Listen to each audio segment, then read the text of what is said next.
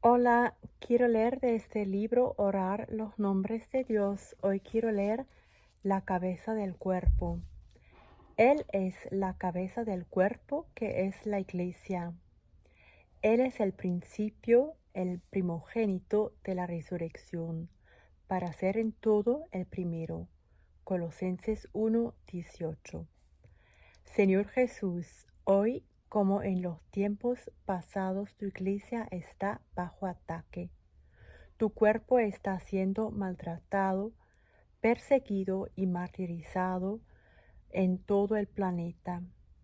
Los que se oponen a tu iglesia apalean a tu pueblo con descaro y brutalidad. Van desde el menosprecio hasta la decapitación, pero no se dan cuenta de que sus esfuerzos no hacen más que fortalecer y alentar a aquellos a los que buscan someter. Y es que conocemos el capítulo final. Sabemos que la victoria es tuya.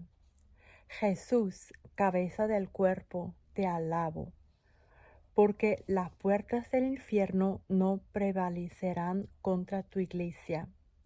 Jesús, te alabo, porque eres supremo y preeminente en todas las cosas y sobre todo poder, principados y gobiernos de la oscuridad presente, porque en ti habita toda la plenitud de Dios, y a través de ti somos completos.